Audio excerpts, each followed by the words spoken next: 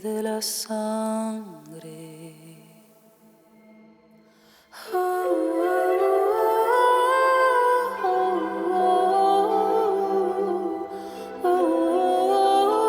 西班牙嘅歷史由多個獨立王國逐步走向統一。先要理解巴塞隆拿、加泰隆尼亞、西班牙中央嘅關係，必須從歷史源頭講起。可以把三者嘅關係簡化為一個概念：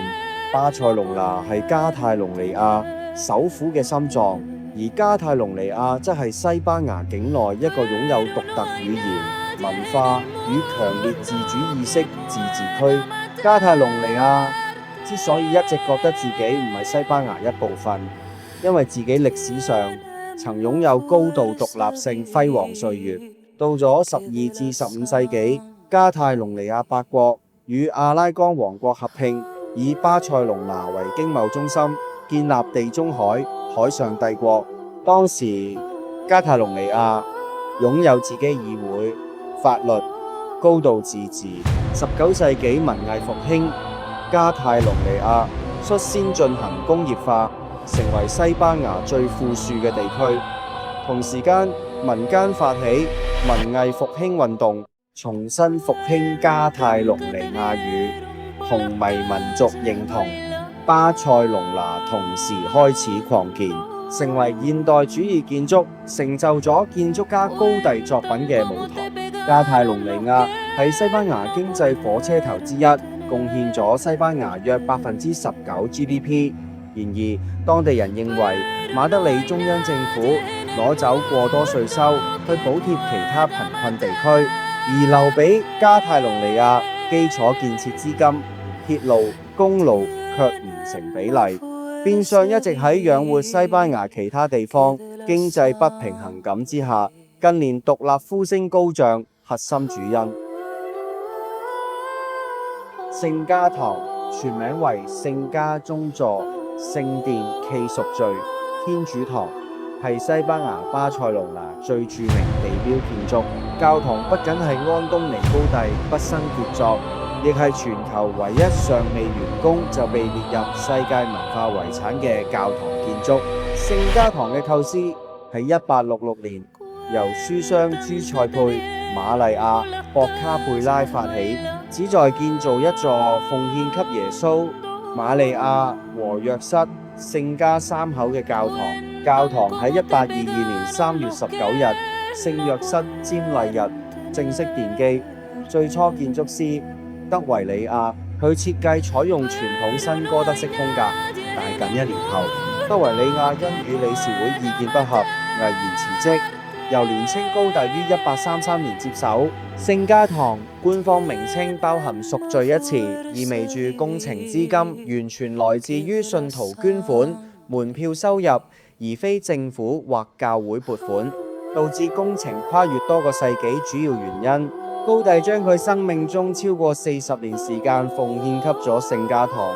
尤其喺從1914年起，直至到佢去世。高第本人拒絕所有工作，甚至高第本人搬入工地生活，專注程度令人刮目相看。高第將大自然中幾何形狀如拋物線、螺旋形融入結構。佢曾講過，直線屬於人類，曲線屬於上帝。因此，教堂內部立柱宛如森林中巨樹。聖家堂最終完成高度將達172.5公尺，耶穌基督之塔。佢特意將高度略低於巴塞隆拿嘅蒙特維奇山，因為佢認為建築物唔應該超越上帝嘅創造。1926年，高第因車禍去世，隨後被安葬在聖家堂地下墓室之中，與依座佢未竟嘅事業永遠相伴。聖家堂建設目前已進入最後階段，並在近年達成了多項歷史性突破。喺2026年2月20日，聖家堂最高耶穌基督之塔頂部十字架安裝完成，標誌住教堂正式超越德國烏爾姆大教堂，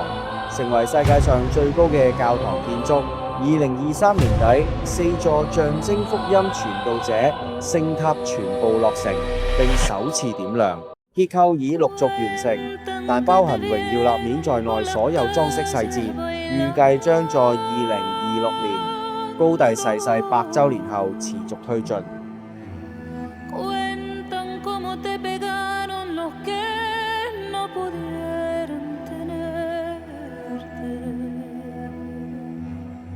灰爾公園，名字中灰爾指當時巴塞隆拿富商尤塞比灰爾，佢係高第一生中最重要贊助人兼靈魂人物。灰爾非常欣賞高第超越時代建築美學，於是在1900年買下依片山坡地，委託高第將片土地規劃成一個供巴塞隆拿富豪定居高級花園別墅社區。雖然高第傾注了極大心血，但呢個項目別墅區計劃在商業上卻係大災難。當時地點、交通極唔方便，加上第一次世界大戰爆發，原本計劃建造60棟別墅，最後竟然只賣咗2棟。商業開發被迫終止後，最後呢片土地喺1926年被巴塞隆拿市政府收購，並作為公共公園對外開放，反而成為全世嘅公共藝術空間。既然別墅賣唔出，高第索性自己買咗其中一棟洋房屋。高第曾居住過粉紅色嗰棟樓，已經被改建為高第住宅博物館，展示住佢親自設計家具及生活物件。喺灰爾公園，高第將最崇尚自然主義發揮得淋漓盡致。佢曾經講：直線屬於人類，曲線屬於上帝。雖似拼貼公園內最具代表性大蜥蜴加泰隆尼亞龍，高第深受希臘神話啟發，認為巨龍會守護德爾菲神廟，相信巨蜥會守護呢座神秘樂園。白柱廳上方波浪形長椅都係利用廢棄的陶瓷、玻璃碎片拼貼而成，色彩斑斕且兼具環保概念。